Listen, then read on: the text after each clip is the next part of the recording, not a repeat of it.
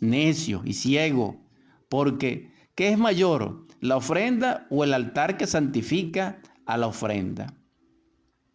Pues el que jura por el altar, jura por él y por todo lo que está sobre él. Y el que jura por el templo, jura por él y por lo que él habita. Esto es algo extraordinario en el aspecto científico de la interpretación de la gnosis de Mateo en este capítulo 23, porque nos señala ocultamente el estado psicológico de simoníaco. Recordemos a Simón el mago. En unos pasajes o en unos versículos del Evangelio que se encuentran, si recuerdo bien, en Hechos y en otros textos sagrados, pues, si recuerdo bien.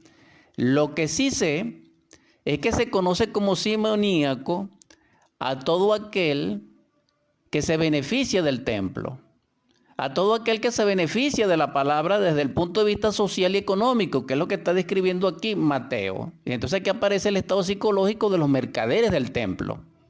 Aquí aparece la psicología del aprovechamiento y del interés. Entonces, cuando hay aprovechamiento de la palabra, no hay iluminación, no hay virtud, no hay pureza. El Espíritu Santo no puede obrar allí. ¿Por qué? Porque eso está profanado por un estado simoníaco, porque dijéramos, hay voracidad de codicia, hay envidia, etc. Y esto es miserable, sinceramente, psicológicamente hablando. ¿Por qué? Porque, ¿por qué se menciona el oro del templo? ¿Y por qué se jura? Porque ciertamente dice aquí Mateo que sobre el templo y sobre el altar está el que opera sobre ello, que es el Espíritu. Entonces, somos tan espirituales, somos tan místicos, somos tan sinceros. Debemos continuar la reflexión. Y el que jura por el cielo, jura por el trono de Dios y por el que está sentado en él. Ay de vosotros, escribas y fariseos hipócritas, porque pagáis el diezmo de la menta, del eneldo y del comino, y habéis dejado lo más importante de la ley, la justicia, la misericordia y la fe. Esto era necesario hacer sin dejar de hacer aquello.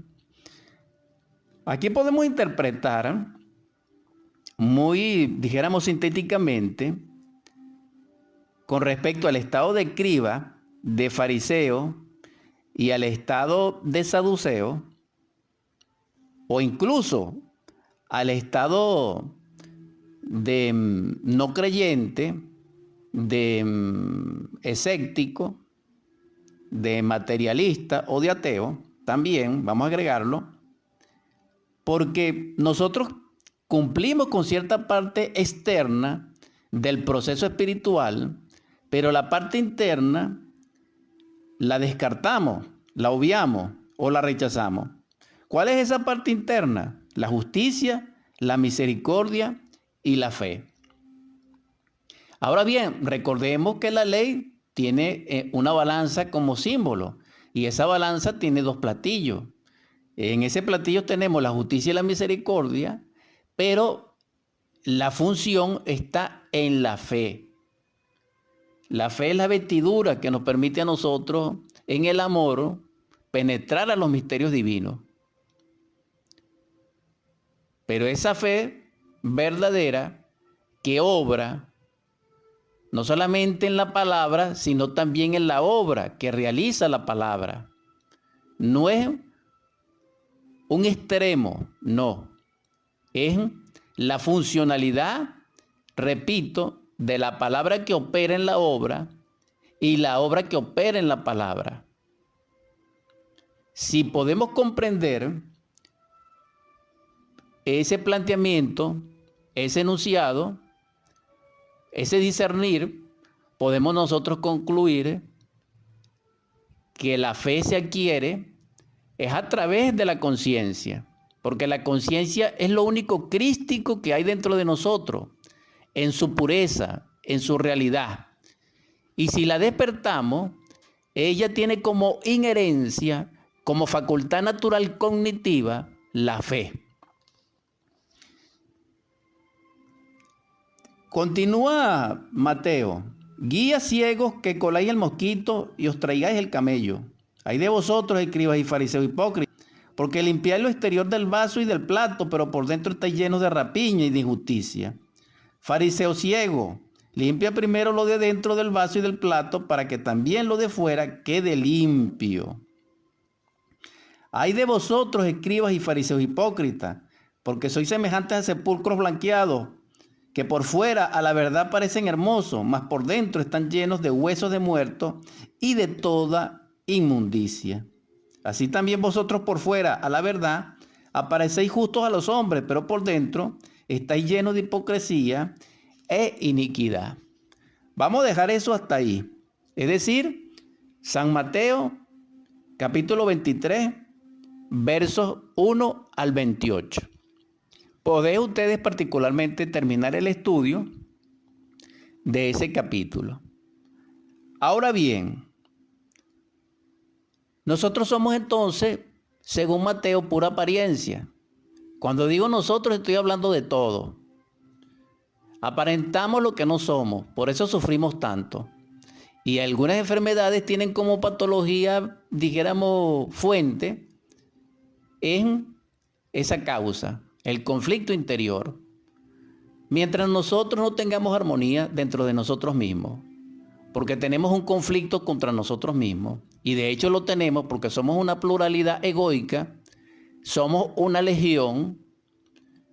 Esas contradicciones infinitas nos llevan a nosotros no solamente a un estado de inconsciencia y a vivir inconscientemente, sino a vivir el resultado de esa inconsciencia, que no solamente son errores, sino que también son desgaste de energía, accidentes, etcétera, delitos que nos llevan a nosotros a la enfermedad, a la patología, al estado de locura, etcétera. Y esto es una situación lamentable. ¿Por qué? Porque la vida no es para eso. La vida tiene como contenido ser feliz. La vida tiene como propósito la iluminación. La vida tiene como una de sus funciones naturales el amarse, el ser en el todo y de experimentar el todo dentro de nosotros. Entonces, la exhortación en esta edición 305 de Superando Nuestros Límites es lograr la armonía, lograr el equilibrio interno, pero necesitamos entonces comprender que no podemos vivir en forma mecánica y autómata bajo nuestras emociones, no. Ni tampoco bajo nuestros pensamientos, no. Nosotros debemos vivir conscientemente, restaurar esa capacidad dentro de nosotros que el ser nos aporta. ¿Por qué? Porque el ser es Dios dentro de nosotros y Él nos hace partícipe de Él a través de un estado de conciencia iluminado y despierto. Entonces así nosotros podemos vivir conscientemente. Entonces, analicemos nuestra apariencia, porque nosotros tenemos varias personalidades con varias apariencias. Habemos personas, digo habemos para no herir susceptibilidades, que somos unos santitos en la casa, pero cuando salimos a la calle somos unos lobos, rapaces. Y esa misma persona, cuando se encuentra sometido a una fuerza exterior superior a él, se llena de miedo. Me explico. Nosotros gritamos a nuestras esposas, pero nos sale un malandro y no lo gritamos. Hay gente que es violenta con los niños, con las mujeres, pero le sale un malandro y no es violento. Se le acaba la violencia, se llena de miedo. Entonces nosotros tenemos contradicciones infinitas, porque vivimos de apariencia. Ahora bien, estoy poniendo ejemplos